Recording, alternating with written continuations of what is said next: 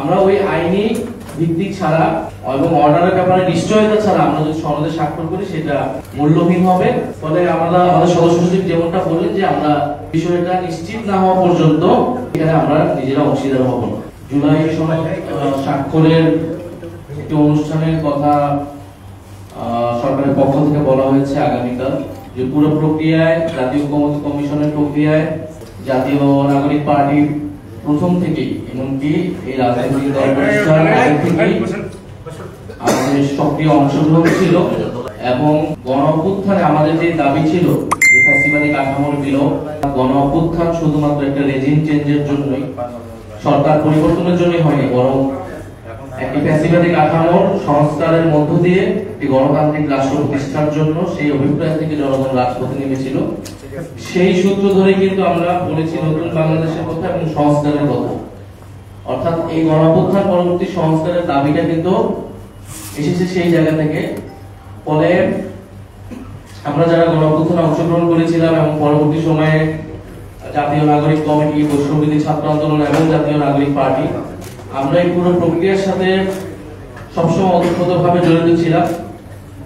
সর্বশেষ জুলাই সনদ প্রণয়নের কথা যখন আসলো, আমরা বলেছিলাম যে এটার একটা আইনি ভিত্তি দিতে হবে। শুধুমাত্র আমরা যদি কতগুলো রাজনৈতিক দল এক জায়গায় বসে একটা দীর্ঘ আলোচনা দিয়ে কিছু বিষয়ে ঐক্যমত আসি, সেটাই যথেষ্ট না যে একটা নিশ্চয়তা আমাদেরকে দিবে যে সেই বিষয়গুলো রাজনৈতিক দলগুলো পরবর্তীতে ক্ষমতায় গেলে সেটা বাস্তবায়ন করবে। আমরা অতীতেও দেখেছি, 90 গণঅভ্যুত্থানের পরেও দেখেছি এই ঘটনাগুলো ঘটেনি। ফলে এই কারণে আমরা বলেছিলাম যে গণঅভ্যুত্থানের পরে জাতীয় ঐক্যমত্য কমিশনের যে প্রক্রিয়া, তারপরে আমরা যে আলোচনাটা হবে সেটা আসলে একটা আইনি ভিত্তি দিতে হবে। তো আগামীকাল যেই অনুষ্ঠানটা হতে যাচ্ছে সেখানে জুলাই সনদ স্বাক্ষরের ঘটনা ঘটবে। ফলে জুলাই সনদের আইনি ভিত্তি বা যে অর্ডার জারি করার কথা বলা হচ্ছে, সেই অর্ডার জারির আগে স্বাক্ষর সেটা কিন্তু কেবলমাত্র সেরিমনিয়াল, সেটা আনুষ্ঠানিকতা। জুলাই সনদ প্রণীত অলরেডি হয়ে গিয়েছে, সবাই একটা জায়গায় ঐক্যমত এসেছে যে আমরা কি কি পরিবর্তন চাই। সেখানে কিছু কিছু দলের কিছু কিছু বিষয়ে নোট অফ ডিসেন্ট আছে, তাদের ভিন্ন মত থাকতেই পারে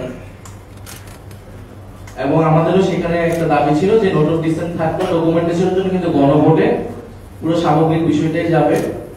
জনগণ যদি পক্ষে ভোট দেয় তাহলে জুলাই সনদ অনুমোদিত হবে এবং পরবর্তী সংসদ যার একটা কনস্টিটিউটিভ পাওয়ার থাকবে তারা সেই সনদ অনুযায়ী সংবিধান সংস্কার করবে।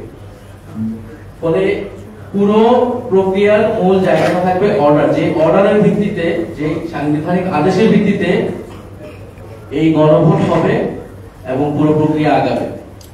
ফলে সেই জায়গায় আমরা বলেছি, গতকাল আমাদের সদস্য সচিবের নেতৃত্বে যখন প্রতিনিধি দল ঐক্যমত্য কমিশনে গিয়েছিল, তারাও বলেছেন, এর আগে আমরা অনানুষ্ঠানিকভাবে সরকারকে এবং ঐক্যমত্য কমিশনকে এটা জানিয়েছি যে শুধুমাত্র একটা আনুষ্ঠানিকতা করার প্রয়োজন নেই।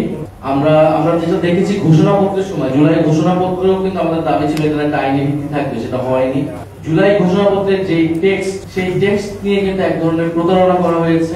সেই টেক্সটটা আমাদেরকে দেখানো হয়নি, আগে যে অংশ দেখানো হয়েছে ঘোষণাপত্র পাঠের সময় সেটা পরিবর্তিত হয়েছিল এবং সেটা অনেক কম্প্রোমাইজ একটা ডকুমেন্ট হয়েছে। সেখানে বলা হয়েছে সংসদে এটা ঠিক হবে এবং ঐতিহাসিক ন্যারেটিভের জায়গা থেকেও অনেক কিছু আসেনি গণ অভ্যুত্থানে এবং গত 16 বছরে। এটা আমরা পরবর্তী সময় সমালোচনা করেছি।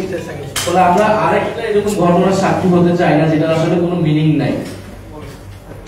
আমরা ওই আইনি ভিত্তি ছাড়া এবং অর্ডারের ব্যাপারে নিশ্চয়তা ছাড়া আমরা যদি সনদে স্বাক্ষর করি সেটা মূল্যহীন হবে এবং পরবর্তীতে সরকার অর্ডার আসলে কিসের প্রেক্ষিতে দিবে, কোন কি টেক্সট থাকবে সেই নিশ্চয়তা আমরা পাচ্ছি। ফলে আমাদের সদস্য সচিব যেমনটা বললেন যে আমরা সেই বিষয়টা নিশ্চিত না হওয়া পর্যন্ত আমরা জুলাই সনদে স্বাক্ষরের যে অনুষ্ঠান বা যে আয়োজনটা চলতেছে সেখানে আমরা নিজেরা অংশীদার হব।